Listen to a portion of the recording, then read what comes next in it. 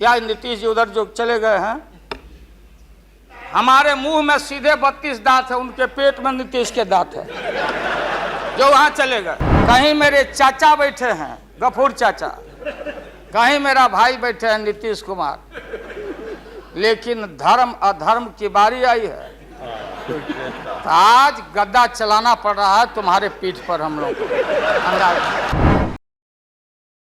सन 77 के सत्ता को हम लोगों ने लात मारा था, क्यों मारा? हम सत्ता के भूखे नहीं हैं।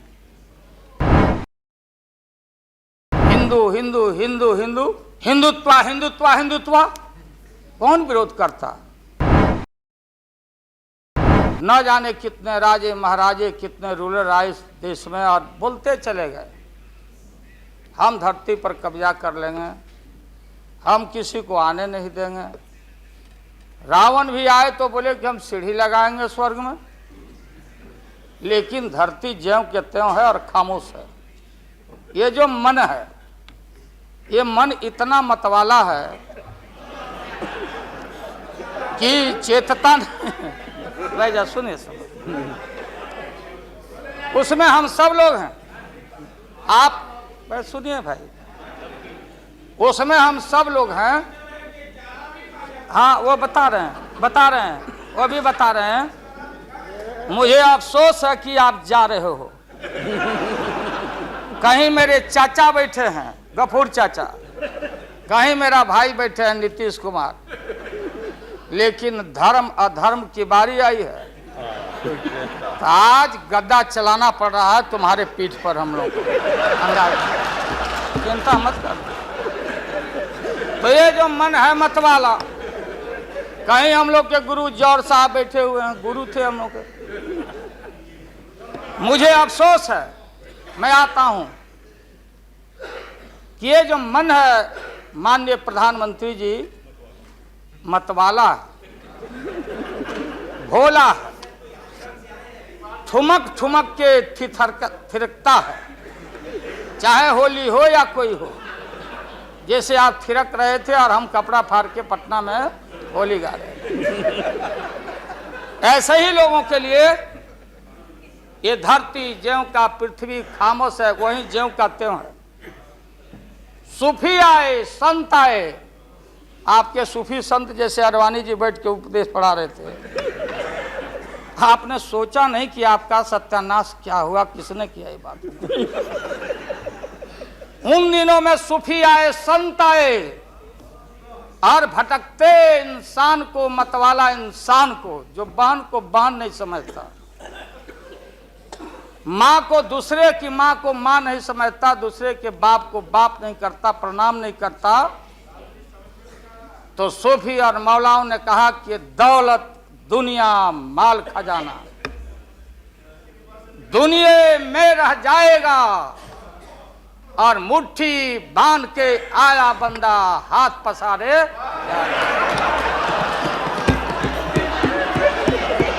जैसे जैसे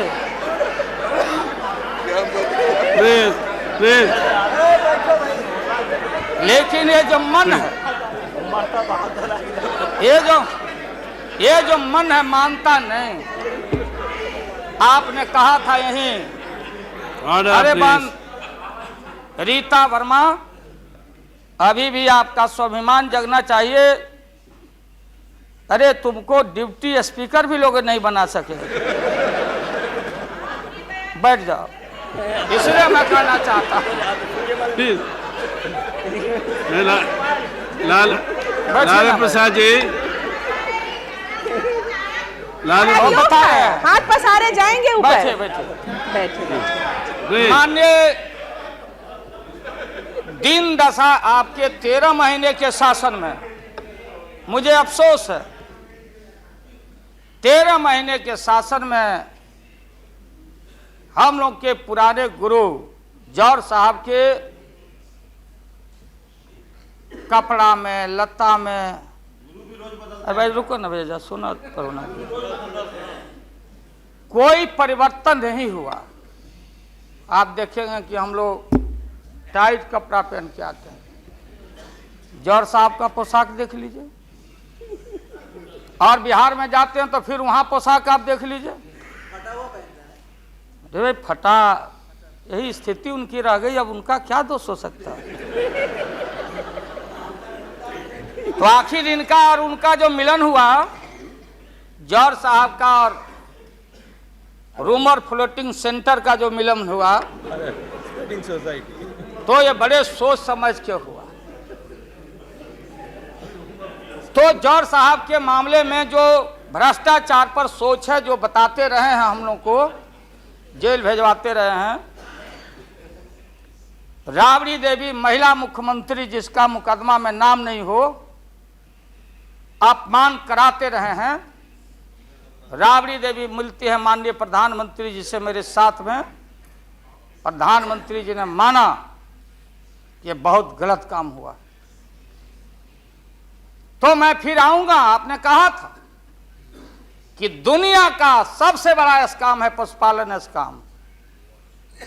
आएगा दूध का दूध, पानी का पानी, जैसे सारे बैठे हुए लोग। अब बचा कौन है इस मुल्क में? कौन बेदाग बैठा है? और मैं इन चीजों को आज कोई छेड़छाड़, कोई बात नॉर्म्स के खिलाफ मैं जाना नहीं चाहता हूं। बातें दबाई नहीं जा सकती है, चाहे जितनी बातों को हम जहां भी थापर साहब के टीवी में या जहां भी हम कोई बातों को कह डालें, बात दबती नहीं है, अभिलेख मिटता नहीं है। अब माननीय प्रधानमंत्री जी, आपने चिंता जताई और इतिहास को, आडवाणी जी, गृह मंत्री जी ने गृह को खराब किया है।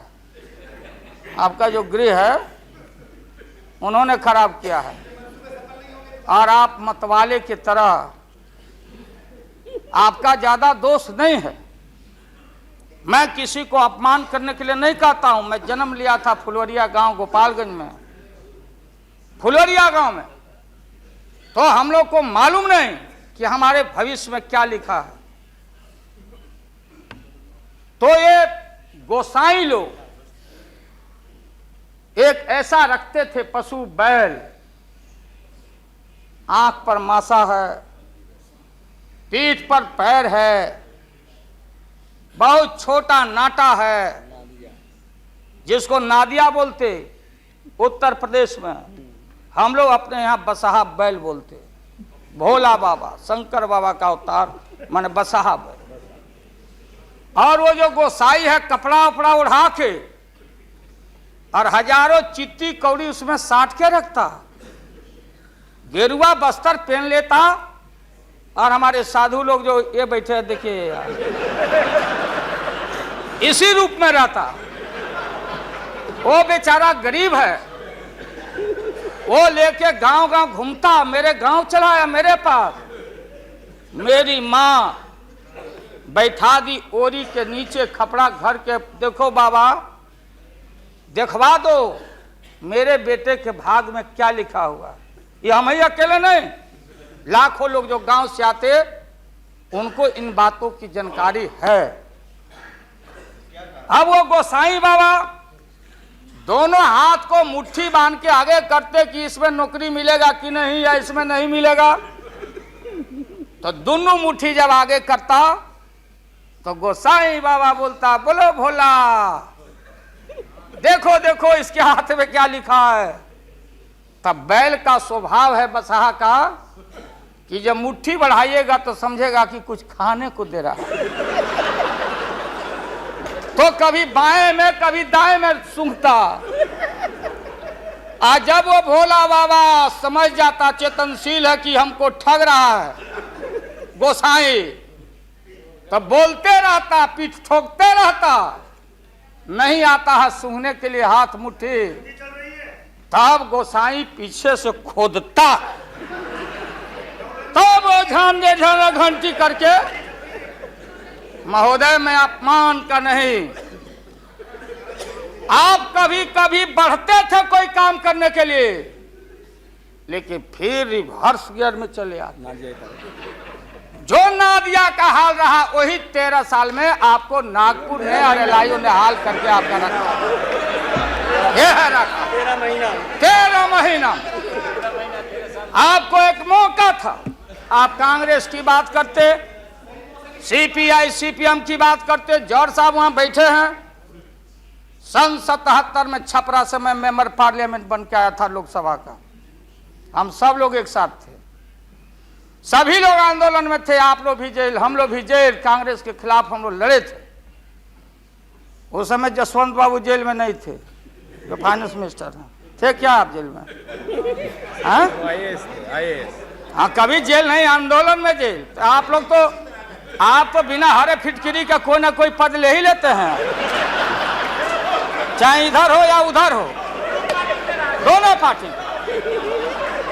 अब उसमें आप अकेले नहीं, आप अकेले नहीं हैं। दिल्ली में ऐसे बुद्धिजीवी लोग हैं, बुद्धिजीवी, बुद्धि नहीं है लेकिन बुद्धि से जी रहे थे। तो खैर छोड़िए इन बातों को, ज्यादा आपको टॉर्चर करने की जरूरत नहीं। तो महोदय मैं बताना चाहता था, ये जौहर साहब हैं, अब बैठिए। सन 77 में महोदय हम लोगों को दिल्ली समझ में आया नहीं।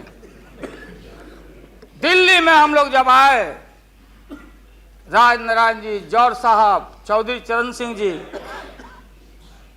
हम लोग उसी परिवार के लोग हैं महोदय। चाहे मुलायम सिंह जी हो और कोई हो, या नीतीश जी उधर जो चले गए हैं। हमारे मुंह में सीधे 32 दांत है, उनके पेट में नीतीश के दांत है, जो वहां चले गए। पेट में दांत, पेट वाला दांत बड़ा खतरनाक होता है।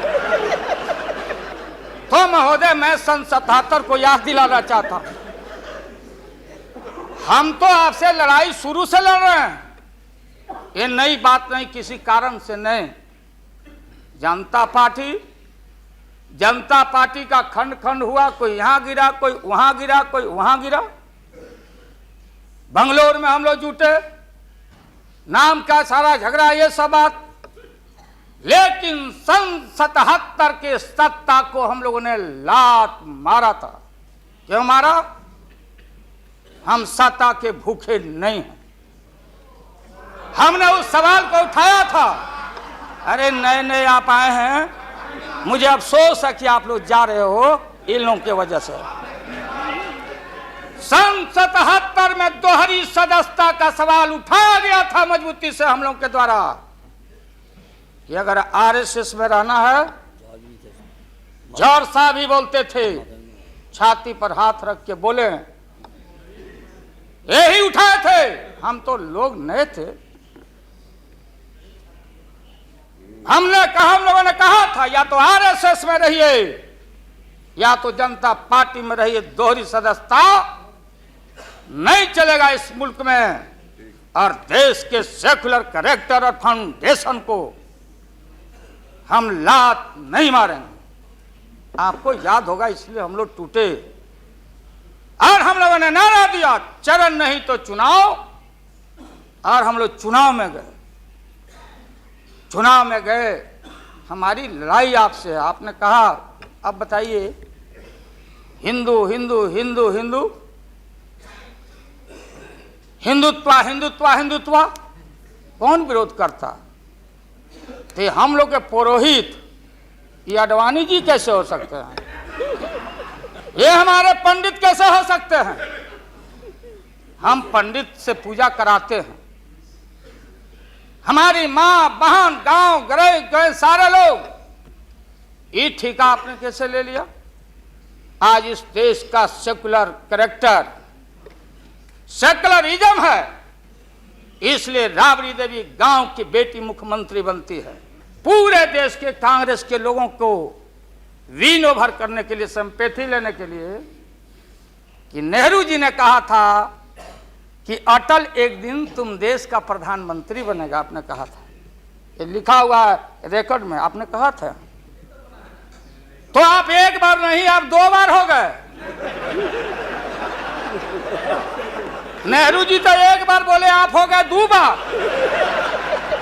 आप तो जान छोड़िए मुल्क का। महोदय दूसरे का दे दीजिए। महोदय ये आपने कहा था।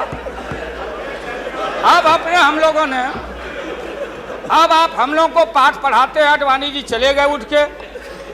आप इतिहास को मिटा के और आरएसएस के संस्कृति को देश की जनता पर लालच दिखा के लादना चाहते हैं। इसके लिए हमने कहा ये सवाल सत्ता का कौन क्या हो नहीं हो, क्या कौन मंत्री, क्या मंत्री हो मंत्री, मंत्री आएंगे और जाएंगे, लेकिन एक बार मुल्क मुट्ठी से निकल गया तो फिर संभाल से बाहर हो जाएगी।